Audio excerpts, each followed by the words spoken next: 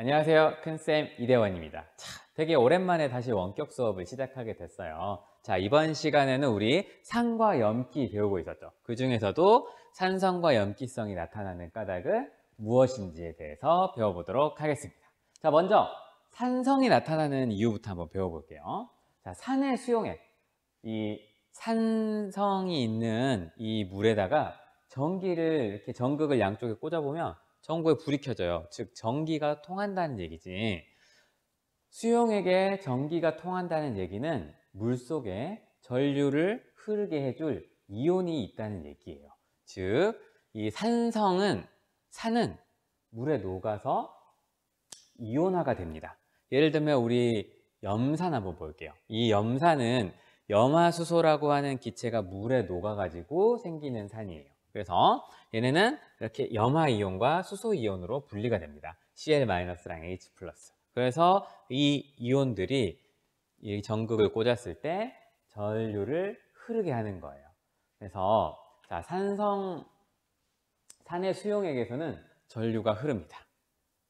산의 공통적인 특성, 모든 산의 수용액에는 전류가 흐르게 돼 있어요. 그래서 이런 것들을 쭉 여러 가지 산들을 살펴봤더니, 자, 염산은 HCl, 수소이온과 염화이온이 돼요. 자, 아세트산은 식초입니다, 식초. 아세트산은 역시 이온화가 수소이온과 아세트산 이온이 나와요. 자, 황산 같은 경우는 수용액 상태가 되면 수소이온과 황산이온이 됩니다. 탄산, 우리 흔히 잘 먹는 거죠. 탄산음료의 그 탄산이에요.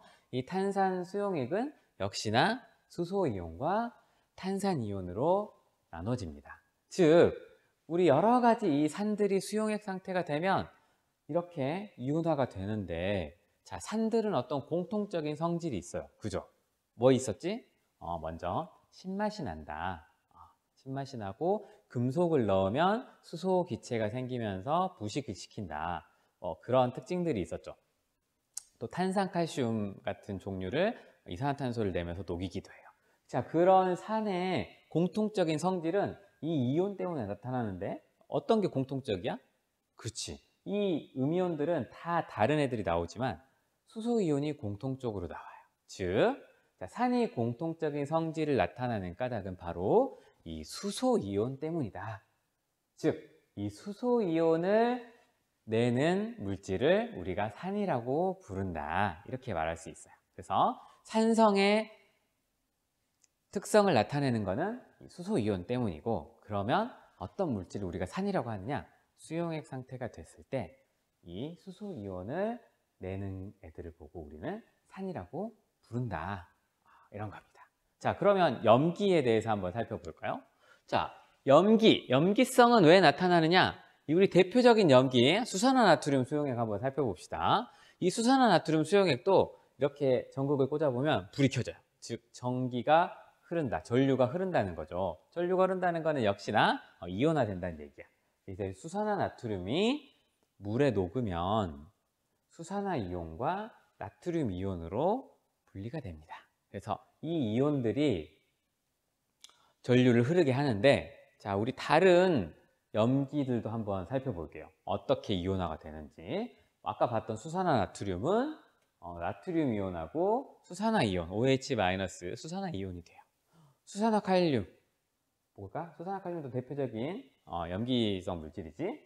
얘는 칼륨 이온과 수산화 이온이 됩니다. 수산화칼슘도 마찬가지야. 칼슘 이온과 수산화 이온이 나옵니다. 수산화 바륨이라고 이런 염기도 있어요. 얘가 녹으면 바륨 이온과 수산화 이온이 나와요. 즉, 염기가 공통적인 성질을 나타내는 이유는 이것 때문이에요. 수산화 이온이 염기의 성질을 나타냅니다. 그래서 역시 산과 마찬가지로 수용액 상태가 됐을 때 수산화 이온을 내는 물질을 우리는 염기라고 불러요.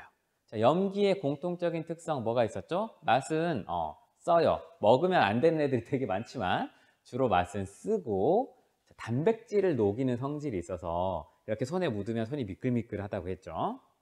그래서 그런 단백질을 녹이는 성질 때문에 어떤 세정제, 세제, 비누 이런 곳에 주로 좀 쓰이는 편입니다. 그래서 그런 특성을 가지고 있어요. 자, 그러면 우리 주변에 굉장히 많은 산과 염기가 있어요. 이런 것들을 우리가 저번에도 살펴봤지만 또 한번 알아봅시다. 자, 우리 대표적으로 산 하면 떠오르는 것들, 그치? 신 것들이죠. 여러분, 식초, 대표적인 우리 음식 중에 산성이네요. 또 김치도 오래된 김치, 익은 김치를 먹으면 되게 시큼하죠. 여기도 산이 들어있어요. 요구르트 어때요? 요구르트. 요구르트도 좀 시큼한 맛이 나죠. 떠먹는 거나 마시는 거나, 물론 달콤한 거는 거기에 설탕 종류의 당을 넣기 때문이야. 그래서 자, 식초에는 어떤 산이 있느냐? 바로 아세트산이라고 하는 산 성분이 들어있어요. 발효된 김치나 유산균 음료에는 어떤 애들이 있냐면 젖산이 있어요. 젖산. 그래서 이 요구르트를 만들거나 김치를 숙성하는데 어떤 세균들이 필요한데, 그 세균들이 바로 유산균이라고 하는 세균들이에요. 유산균. 유산, 젖산, 전유자를 써서 이 유산균은 젖산을 만들어내는 입니다. 젖산균이라고 해도 되겠죠. 그래서 이 젖산균들이 발효를 시켜가지고 시큰한 젖산을 만들어내요. 그래서 우리가 그거를 몸에 좋은 것으로 먹는 거죠. 자, 그리고 여기 또 이제 여러 가지 과일들이 있어요. 과일들 신맛이 나는 과일들 굉장히 많지. 여기 나온 레몬이나 사과나 오렌지 이런 것들은 신맛이 나요. 과일은 다양한 신맛을 내는 산성 물질을 가지고 있어. 대표적인 게 뭐냐면 바로 비타민 C입니다. 비타민 C는 다른 말로 하면 아스코르브산이라고 하는 물질이에요. 이름부터 아스코르브산이야. 그래서 이 비타민 C도 산입니다. 그래서 굉장히 신맛이 나요. 물론 이 비타민 C의 양이 어마어마하게 막 많거나 하진 않기 때문에 신맛이 나지 않는데 생식품 야채나 뭐 채소나 이런 거에도 비타민 C가 들어있어요. 예를 들면 고추에도 비타민 C가 굉장히 많이 들어있어요. 자, 그래서 이 비타민 C, 아스코르브산이라고 하는 산이 있습니다. 여러분들 알약으로 비타민 C를 먹기도 하고 혹은 이렇게 가루로 내서 먹는 그런 종류의 비타민 C 제품들이 있죠. 먹어보면 어때요? 굉장히 셔요. 그치? 비타민 C의 맛이 그렇게 신 거야. 산은 시다 그랬죠? 단맛이 나는 거, 새콤달콤한 건 뭐냐? 거기에 설탕을 넣은 거예요. 물론 설탕 종류의 당을 넣은 거야. 그래서 여러분들 뭐 알약으로 먹는 비타민 C 알약 같은 거 있잖아요. 그걸 한번 물을 먹고 삼키지 말고 한번 빨아봐. 굉장히 씁니다. 신맛이 나요. 그리고 또 과일 주스, 과일 종류에 따라서 다양한 산이 있다고 했잖아요. 굉장히 많은 종류의 산이 있어요. 예를 들자면 이 레몬이나 오렌지 종류, 이런 귤 종류의 과일에는 구연산이라고 하는 게 들어있어요. 영어로는 시트르산이라고, 시트릭 엑시드라고 하는데 이 시트르산, 그런 것들이 들어있어서 신맛을 냅니다. 과일별로 또 다양한 산이 있어요. 종류가 너무 많아서 선생님이 다 말하기는 어렵지만 그렇습니다. 그래서 이런 산들이 우리 몸에서 여러 가지 작용을 하기도 하고, 비타민 C 굉장히 중요해요. 우리 인간은 비타민 C를 합성하는 능력이 없어서 꼭 먹어줘야 돼. 그래서 여러분들 야채, 과일을 풍부하게 먹어주는 게 몸에 좋습니다. 정 부족하면 그 약으로라도 먹는 거예요. 자, 또 어떤 것들이 있느냐? 해열제와 진통제, 이런 약품에도 산이 들어있어. 여기 살리실산이라고 하는 산을 원료로 만든 아세틸살리실산이 들어있다. 대표적인 이 살리실산이 들어간 약품이 뭐냐면 아스피린입니다. 아스피린 살리실산으로 되어 있어요. 그래서 약품에도 이런 산 성분을 이용하는 것이 있다. 자, 염기는 어떤 것이 있을까? 우리 아까 말했지만 염기는 단백질을 녹이거나 뭐 이런 성질이 있기 때문에 때를 없애는 데 쓰여요. 그래서 유리세정제에도 염기가 들어있어. 이런 세제 종류, 비누 종류에도 염기가 많이 들어있습니다. 치약은 어때요? 치약에도 탄산나트륨 같은 염기가 들어있대요. 치약도 그렇고 우리 이는 충치가 생길 수 있잖아. 이 충치는 전에 말했듯이 입속에 있는 충치 세균들이 어떤 우리 음식물을 분해할 때 산을 만들어내기 때문이에요. 그러면 그 만들어낸 산이 치아를 부식시키는 건데, 이런 치약의 염기 같은 게 그런 것들을 좀 중화시켜 줄 수도 있어요.